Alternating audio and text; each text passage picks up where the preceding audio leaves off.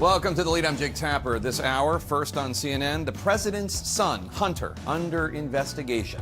Why the Justice Department may be closer than ever to filing charges against Hunter Biden. A federal investigation that hits very close to home for President Biden. His son, Hunter, facing potential charges. The update on his case that you'll hear first on CNN. That's next. First on CNN, federal investigators are reaching a critical decision point on whether or not to charge the president's son, Hunter Biden. Sources tell CNN no final decision has yet been made, but charges could include alleged tax violations and lying about buying a gun when he technically was not allowed to because of his acknowledged struggle with drug addiction. The case is being investigated by the U.S. attorney in Delaware, who was appointed by President Trump, and President Biden did not replace that U.S. attorney because of this investigation. CNN's Kara Scannell and Evan Perez have details for us right now. Kara, let me start with you. Why do investigators need to decide soon on whether or not to charge Hunter Biden? Well, Jake, one factor that prosecutors are confronting is the midterm elections. And there are Justice Department guidelines about bringing any politically sensitive cases around an election. And those guidelines include things such as taking any sort of overt steps like an indictment or executing of a search warrant, anything that could be perceived as putting a thumb on the scale.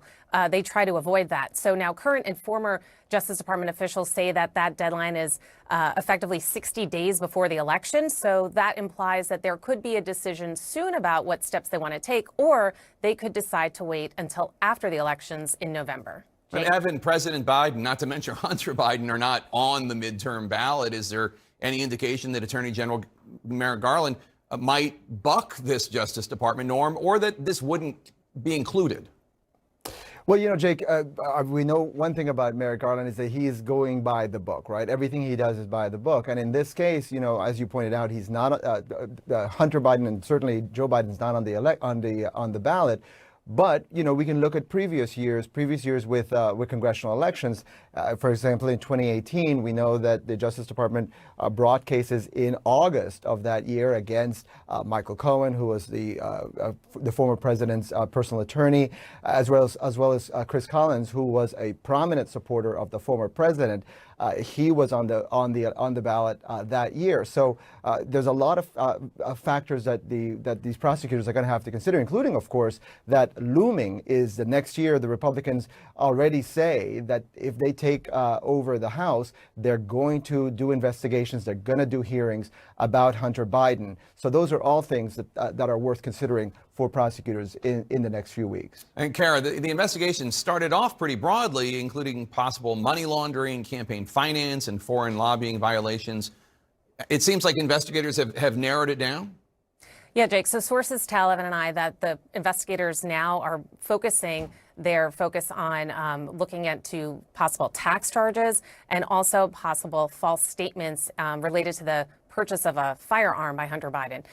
Now, this is still a fluid situation and no final charging decision has been made, but it's fairly common for investigators to look broadly at something and then focus on what their best evidence is and what they can prove before a jury. So, you know, this is still something that is being discussed among the Justice Department officials, but our sources tell us they are nearing a decision. Now, Hunter Biden, we should note, has, you know, not been accused of any wrongdoing, and he has denied any wrongdoing, saying that he thinks once the investigation is over, he will not be charged with anything. All right, Evan Perez and Kara Scannell, thanks to both of you. Let's discuss with my panel. Paul, who knows what's going to happen, right? But assuming that Hunter Biden were charged in August, which is a possibility, with something, could that depress Democratic turnout, you think? No. No. I mean, I wish the guy well. He struggled with addiction and you know, I mean, nobody has charged him with anything. But this has been a Republican fixation to no avail. They've got no political gain out of this. I looked up Ron Johnson, the senator from Wisconsin, a couple of months ago, was asked about mass shootings, which just interviewed Congressman Krishnamurthy about. He said this, quote, "Before we pass anything new on guns, let's enforce the law we already have. Let's start with Hunter Biden." Like, what the heck? So it's a challenge for Hunter Biden. I wish him well, but it's not going to be a political issue. I mean, it seems like, if anything, it probably energizes Democrats because it makes them think that it's political and that Republicans are just going after him for that reason. I mean, I think you saw some of that with investigations into Hillary Clinton.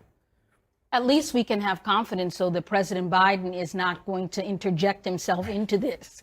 He's not going to try to put his thumb on the scale of the Department of Justice. They are going to continue to conduct this investigation independently. We could not operate with that degree of confidence under the former president. So anyway, let's put a pin on it. We'll wait to see what happens.